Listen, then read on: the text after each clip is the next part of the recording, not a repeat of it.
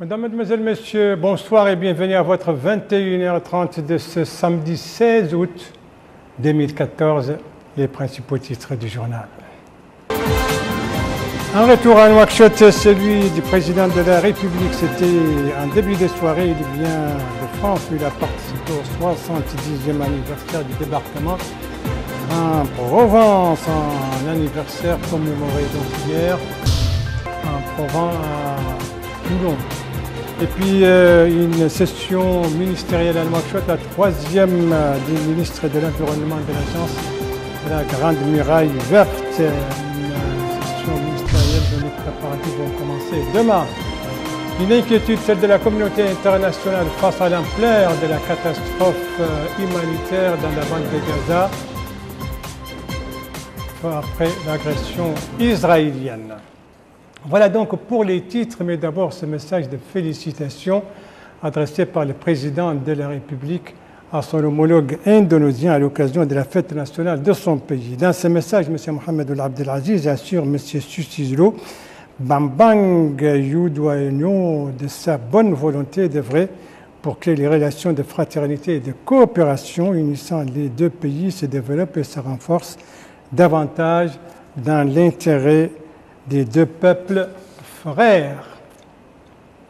Voilà donc pour ce message de félicitations du président de la République qui a regagné Nouakchott tout à l'heure en début de soirée, ici à son arrivée à l'aéroport international de Nouakchott, ici d'ailleurs que son épouse, le président de la République, a été accueilli au bas de la passerelle par le Premier ministre Dr Moulay Mohamed Ladhaf, ainsi que par certains membres du gouvernement. Étaient également à l'accueil les chefs d'état-major, en particulier du président de la République, le directeur adjoint du cabinet du chef de l'État, ainsi que le wali et la présidente de la CUN, la communauté urbaine de Nouakchott. Eh bien, le président de la République, vous le savez, revient de France où il a pris part, sur invitation de son homologue français, au 70e anniversaire du débarquement en Provence, débarquement donc dont la commémoration s'est déroulée hier. Et le point fort de cette commémoration, c'était une grande cérémonie organisée sur le porte-avions Charles de Gaulle au large de Toulon, dans le sud de la France, en présence donc du président de la République, présentant un exercice de l'Union africaine, ainsi que d'autres chefs d'État africains et d'autres dirigeants étrangers. Un débarquement, en tout cas, ce débarquement en Provence était donc décisif pour le dénouement de la Seconde Guerre mondiale et surtout pour la libération de la France. Chers amis. 15 août 1944, 15 août 2014, 70 ans que la France est libérée du joug de l'occupation allemande, grâce en partie au concours des combattants de l'armée d'Afrique et ceux des Alliés. Ce 70e anniversaire de débarquement de Provence a été fêté cette année en grande pompe avec la participation de 28 pays, 19 chefs d'État et plus de 800 invités, dont des anciens combattants, venus honorer de leur présence cet événement grandiose dans l'histoire des relations franco-africaines. La cérémonie s'est déroulée à bord du porte-avions Charles de Gaulle, ancré au large de Toulon. L'occasion pour le président français François Hollande d'exprimer la gratitude de la France aux combattants de l'armée d'Afrique et des Alliés. Il a ajouté qu'une bonne moitié des soldats français qui avaient pris part au débarquement venaient du Maghreb et d'Afrique noire, énumérant les pays qui ont contribué à la libération de la France, dont notre pays, la Mauritanie. Le président français a exprimé sa reconnaissance à l'ensemble de ces pays pour leur sacrifice. À la jeunesse française issue de l'immigration, François Hollande a dit qu'ils sont les héritiers de cette page de l'histoire et qu'ils peuvent en être légitimement fiers.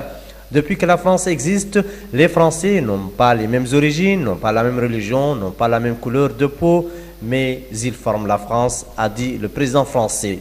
C'est du Sud que l'Europe doit son salut, elle ne doit jamais l'oublier, a déclaré le président français. Nous devons maintenant, à notre tour, la France, l'Europe, rendre au Sud ce qu'il a été capable de nous donner à l'été 1944. Nous devons leur apporter soutien, appui, sécurité, solidarité et développement. Il a ainsi fait référence à la lutte contre les djihadistes en Irak et en Syrie, mais aussi à l'épidémie du virus Ebola ou à la nécessité de trouver des solutions humaines face au phénomène des migrations afin de ne pas accepter de voir la Méditerranée se transformer en cimetière. Sous les yeux des invités, une parade navale d'une vingtaine de bâtiments de guerre, 13 Français et 7 étrangers, Britanniques, Américains, Tunisiens, Algériens et Marocains, commémorait l'opération dite Dragoon, déclenchée le 15 août 1944, 70 jours après le débarquement en Normandie, qui avait pour objectif pour les Alliés 450 000 hommes, dont environ 250 000 Français, de débarquer dans le sud de la France pour prendre en tenaille l'occupant allemand et le contraindre à battre en retraite. L'assistance a par ailleurs suivi une parade de l'armée de l'air qui a suscité son admiration. Des avions de guerre et des hélicoptères ont été de la partie. À la fin des festivités, le président français a invité les chefs d'État qui assistaient à cette cérémonie à en dîner.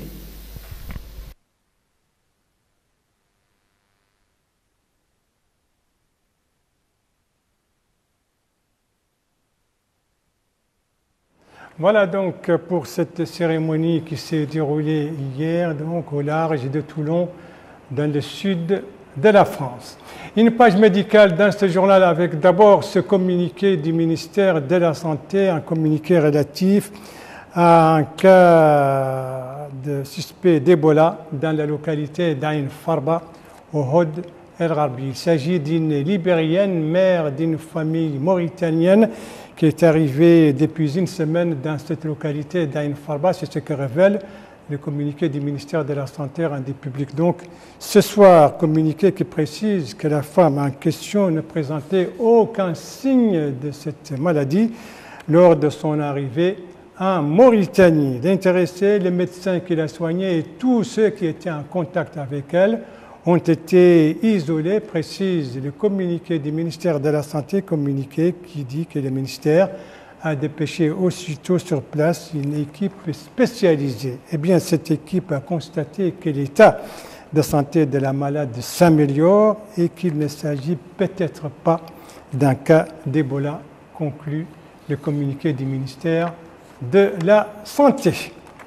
Voilà, en tout cas, ce qui est sûr, c'est que c'est la période des pluies. Et quand on parle de période des pluies, c'est qu'il y a certaines maladies qui l'accompagnent, notamment le paludisme, ou encore des maladies diarrhéiques, ou encore des maladies de la peau. En tout cas, les consultations vont bon train dans ce sens, Abdelrahman Hamdan. La période de l'hivernage est accompagnée souvent de l'apparition de certaines maladies. Les consultations médicales au cours de cette période s'articulent essentiellement autour des maladies comme les paludismes, les diarrhées ou encore les allergies. Selon ce citoyen, les flaques d'eau stagnantes qui distinguent cette saison offrent l'environnement propice pour la reproduction des moustiques et cela facilite la propagation du paludisme et d'autres plusieurs maladies. Les responsables médicaux parlent d'un intérêt particulier de la part des pouvoirs publics accordé à la lutte contre ces fléaux. Au vu de la dangerosité des maladies de l'hivernage, la conscience des citoyens reste le facteur décisif dans la lutte contre ces maladies. Et pour ce faire, il est indispensable d'organiser des campagnes de sensibilisation et de vulgariser les comportements sanitaires corrects que doivent respecter les citoyens au cours de l'hivernage. Après la santé, l'environnement est toujours avec vous, Abdelrahman Hamdan, cette fois pour nous parler de cette conférence en perspective, une conférence ministérielle qui va se tenir à Nouakchott. Il s'agit de la 3e session des ministres de l'environnement de l'agence de la Grande Muraille Verte, dont les préparatifs vont commencer demain ici à Nouakchott.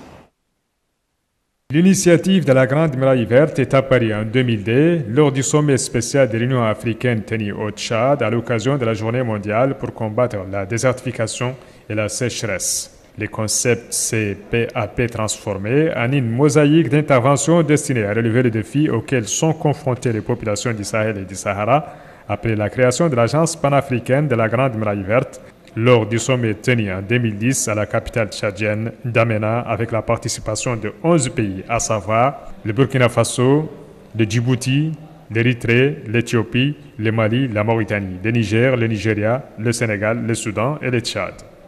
L'agence qui travaille sous la tutelle de la Commission de l'Union africaine a pour mission principale la planification, la coordination, le suivi, l'évaluation et la mobilisation des ressources financières des activités de réalisation de la Grande Muraille Verte. La vision de ce projet majeur africain et de s'attaquer résolument aux principaux fléaux environnementaux et climatiques dans le cadre d'une coopération régionale et d'une synergie d'action. La troisième session ordinaire du Conseil des ministres des pays membres de la Grande Muraille Verte se tiendra du 17 au 19 août 2014 à Nouakchott, sous la présidence de son Excellence M. Mohamed Ould Abdelaziz, président de la République, président de l'Union africaine. Après l'environnement, les télécommunications, pour nous parler cette fois de la poste et du courrier postal, autrement dit ces lettres qu'on envoie par la poste et que vous trouvez dans vos boîtes à lettres, des lettres qui sont fortement concurrencées par les courriers électroniques, autrement dit les emails ou encore les SMS. Moussa Ndiaye. L'évolution des nouvelles technologies en Mauritanie a permis plusieurs Mauritaniens de mettre en application leurs activités à travers des boîtes e-mail. Aujourd'hui, les boîtes postales de la Mauripost restent presque oubliées par certains abonnés. C'est ce qu'indique cet employé qui dit qu'il constate une négligence de plusieurs personnes qui ne viennent plus pour récupérer leur courrier. Il a ajouté que dans l'exercice de leurs fonctions, ils découvrent certains courriers de l'administration publique ou encore privée. Là, ils identifient les courriers et les organisations concernées dans le but de transmettre aux structures concernées leurs courriers. Autre possibilité aujourd'hui de faire passer ces courriers entre ville et ville en Mauritanie par main à main, c'est le transport public, où des formalités sont à faire dans ces bureaux pour l'acheminement de ces courriers vers leur destination. Ces responsables du bureau affirment que l'opération existe dans leurs différentes activités au sein de ces bureaux à travers des formalités administratives et financières. Par exemple, ajoute-t-il, cette enveloppe est de 500 ouguiyas. Entre l'évolution des nouvelles technologies en Mauritanie à travers des boîtes mail, des courriers de main à main ou encore les 10 000 boîtes postales de Mauripost, il est bon de maintenir toutes ces trois pistes au moment où certains n'ont pas les mêmes moyens de communication comme les autres. Moussa Ndiaye, vous restez avec nous, vous nous parlez cette fois d'un autre domaine qui fait face à la modernisation et à la mondialisation. Je veux parler des perles et ces parures très, très prisées par nos femmes. Des colliers et des perles pour bien attirer l'attention sur la beauté des unes et des autres.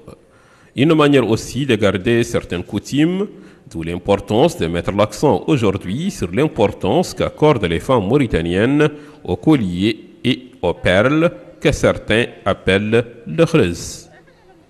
Cette femme a précisé que son travail est qui n'est qu'un travail traditionnel et de rassembler des grains et de pierres qui, dit-elle, existent déjà en Mauritanie. Elle initie avec ces grains et quelques pierres bien taillées plusieurs projets de développement en vue de trouver au moins de les matérialiser. Elle a ajouté que leurs activités dans ces domaines sont souvent rentables durant la saison touristique ou encore lors des cérémonies de mariage que certains veulent mettre l'accent sur nos valeurs culturelles. Cet homme, quant à lui, il précise que la confection des colliers et des perles avec des grains de qualité ne sont qu'une tradition de la société mauritanienne. Aussi, la confection des colliers et des perles, ajoute-t-il, a des retombées positives sur l'économie de l'artisanat du pays à travers ses aspects techniques. Il est bon de rappeler que les techniques qui servent à la fabrication des bagues, des bracelets et des colliers ne nécessitent qu'une technique du double fil. Il y a aussi d'autres techniques comme la technique de la fleur et la technique en toile pour mieux faire la différence. Merci de suivre les JTF de Mauritanie. La suite du journal avec l'actualité internationale qui nous conduit ce soir en Ukraine, avec peut-être un signe de détente entre Moscou et Kiev à propos du fameux convoi humanitaire, également au Pakistan avec des manifestations anti-premier ministre, en Irak avec l'aide humanitaire allemande qui se poursuit et à Gaza avec l'inquiétude de la communauté internationale face à la catastrophe humaine provoquée par l'agression israélienne. Tout cela avec les Dalifal. Les Nations Unies ont constitué une commission internationale d'experts chargée d'enquêter sur les crimes de guerre et violations des droits de l'homme commis durant l'offensive militaire israélienne à Gaza. Dirigée par un professeur canadien en droit international, cette commission d'enquête internationale indépendante va se pencher sur les violations du droit international commises dans le territoire palestinien occupé, notamment à Gaza, dans le contexte des opérations militaires menées depuis le 13 juin 2014, précise le communiqué de l'ONU. Si pour Israël, qui fait fi des résolutions onusiennes et viole le droit international depuis des dizaines d'années, la création de cette commission relève d'un tribunal fantoche, le Hamas a salué pour sa part cette décision. Le premier appareil de l'armée de l'air allemande s'est posé en Irak avec à son bord de l'aide humanitaire pour les réfugiés chassés par l'offensive des djihadistes de l'État islamique au moment où Berlin s'interroge sur d'éventuelles livraisons d'armes aux combattants kurdes. Le chef de la diplomatie allemande a annoncé qu'il allait se rendre dans le nord de l'Irak pour évaluer la situation sur place. L'Allemagne dit envisager l'envoi de matériel comme des casques lourds et des gilets pare-balles et n'a pas exclu la livraison d'armes aux forces qui combattent les islamistes. Les forces de sécurité pakistanaises quadrillent la capitale Islamabad pour empêcher la tenue d'un rassemblement de l'opposition qui exige la démission du Premier ministre Nawaz Sharif. Les autorités ont déployé 20 000 policiers et paramilitaires et placé des conteneurs sur des axes routiers stratégiques afin d'entraver l'organisation de cette marche. Mercredi soir, la haute cour de Lahore avait interdit ce rassemblement mené par les opposants Imran Khan et Tahir Al-Qadri. Selon la Croix-Rouge, Moscou et Kiev seraient tombés d'accord pour permettre au convoi humanitaire russe de traverser la frontière. Ce convoi a été bloqué depuis jeudi soir. Les ministres des Affaires étrangères de l'Ukraine, de la Russie, de l'Allemagne et de la France se retrouvent dimanche soir à Berlin. Bloqués depuis jeudi soir à quelques kilomètres de la frontière, les 280 camions russes porteurs de 1800 tonnes d'aide humanitaire selon Moscou devraient bientôt pouvoir reprendre leur route. Et les ministres russes et ukrainiens des Affaires étrangères doivent d'ailleurs se rencontrer demain à Berlin, en Allemagne, en présence de leurs homologues allemands et français.